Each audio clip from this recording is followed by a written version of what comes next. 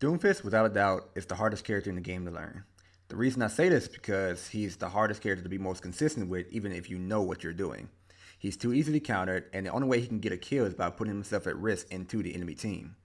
But what most people don't know about Doomfist is that, in my opinion at least, he's the most fun to play out of any character in Overwatch. Whether it's the many different ways you can kill your enemy, or the creativity of his movesets that he puts in your hands. Everything about the character, to me at least, is fun, and today I'm going to show you why, along with how to play him. This guide will be split up into 3 different videos, which the first one will include your settings, your moveset, map knowledge, counters, and combos. But note that I am honestly not that good of a speaker. To be honest, I have not been good at it since I was born. So if my voice sounds annoying, too low, or unbearably painful to listen to, then feel free to roast me in the comment section. It's very much appreciated. I am Lamborghini Mercy, and I'm going to teach you how to play Doomfist. The very first thing that we're going to talk about is his settings. Now, Doomfist settings on console is kind of different than on PC.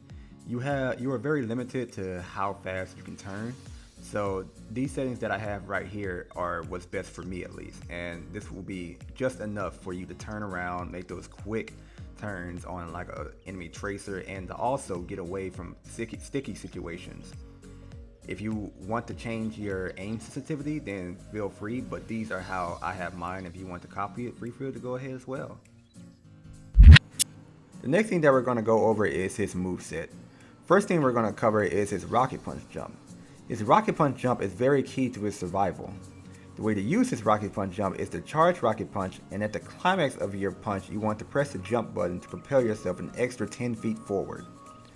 This obviously makes him travel a lot further than not jumping, and also leaves you in the air for slight movement afterwards. Remember this because this is very important. Next up is learning how to turn while rocket punching. This is actually one of the harder things to learn with the character and will take some practice to get it down and master. The way to do this is to charge your rocket punch, release, and the second you release, turn your L3 in the direction that you want to go, and at the climax of the punch you press the jump button to jump. This took me a lot of practice and a lot of hard work to get down, but once you get it down, you'll be able to turn corners using rocket punch and get into fights a lot faster from spawn. The next thing that we're going to go over is to bounce off objects using your rocket punch. You can bounce off almost any object in the game that either is half your height, an edge, or has a slope. This is done by releasing your rocket punch, and the second you're about to hit your desired target, you jump and you will bounce into the air. This can be used to get to higher grounds instead of using your regular uppercut to get there. Remember that this works on almost any object with the 3 possibilities, so experiment on every map.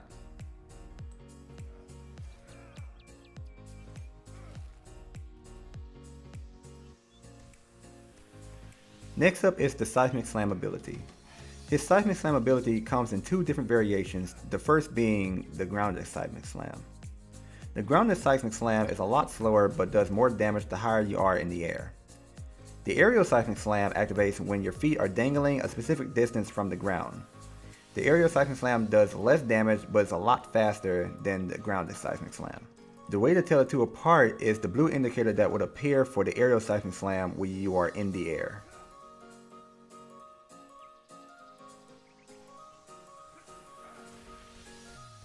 Next up is his uppercut. His uppercut will always be used to either get to high ground or to combo with your Seismic Flammability. Now that you have learned both Seismic Slam and uppercut, it's time to jump into your main combo. Your main combo consists of your Seismic Slam to uppercut, shoot, then melee. If done correctly, this will most definitely almost guarantee a kill on any squishy character and does over 200 damage on tanks. But we will get to big damage combos later on in the video. And finally, we have his ultimate ability.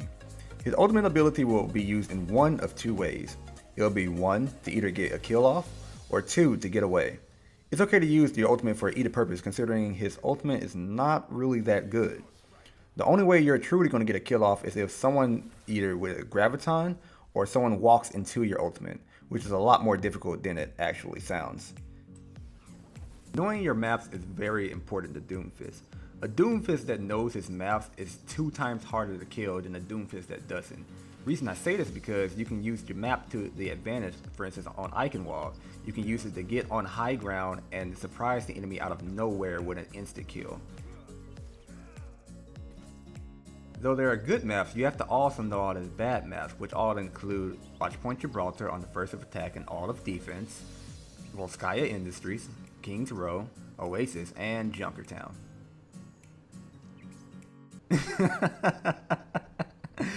No, I'm joking. Doomfist sucks on Junkertown.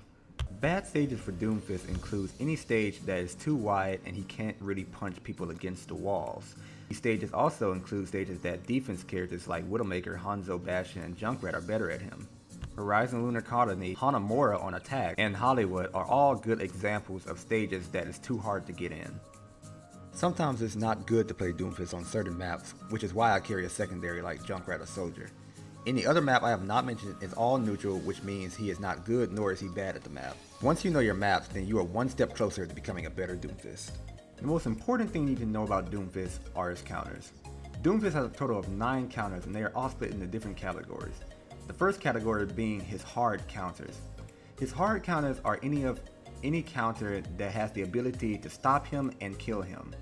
These counters all include of McCree, Roadhog, Bastion, and Sombra. McCree is a hard counter because his Flashbang. His Flashbang not only stops some of your abilities dead in your tracks, but he also has the ability to kill you afterwards. Your next hard counter is Roadhog. Roadhog is your hard counter because not only does he have the ability to pull you in and almost one-shot you, but he also is extremely hard to kill as a Doomfist. Next up is Bastion, and I think this is all really self-explanatory. No matter what you do to Bastion, you cannot take him out of his turret form. Not only that, but he can kill you before you can even think of touching him. So if they have a Bastion on the other team, it is best to switch to a different character. Next up is Sombra, and this is very self-explanatory.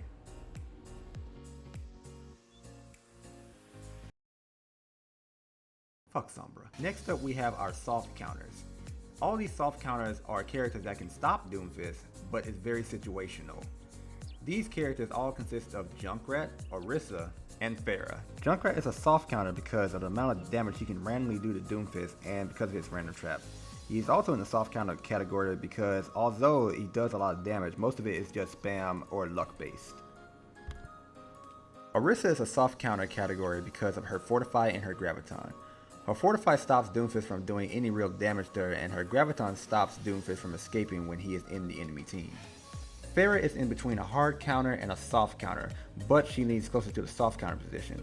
Reason being is because she can do damage to Doomfist without him doing absolutely nothing to her, but she does not honestly stop Doomfist from doing what he needs to do on the ground, which is kill her team.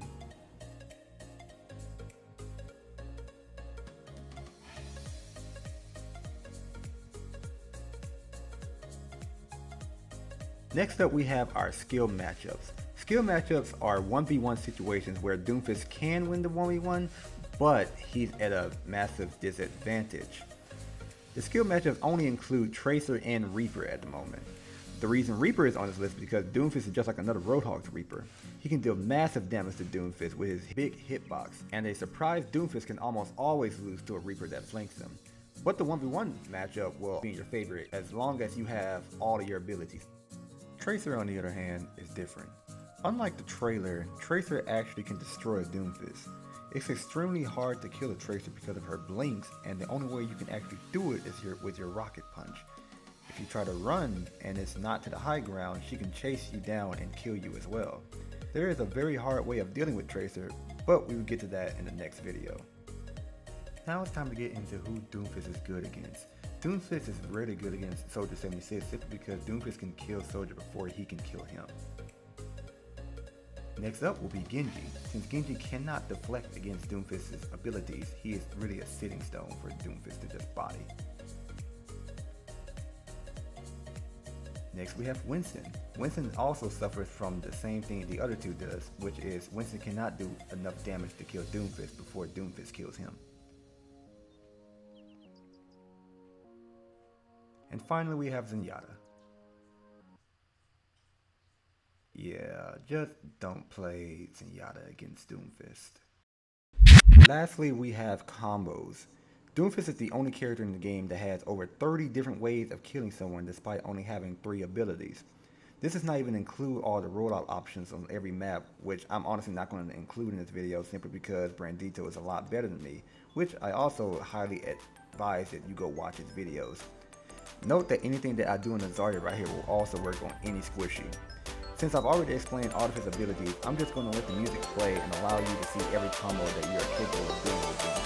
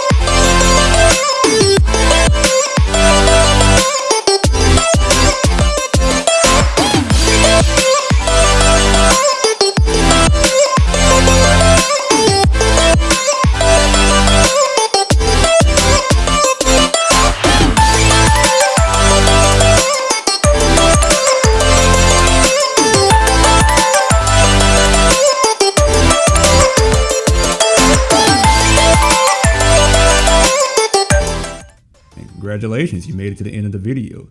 Thankfully, you no longer have to listen to my voice and I no longer have to speak. This will be the only video that I will be doing a voiceover on since this was a lot harder.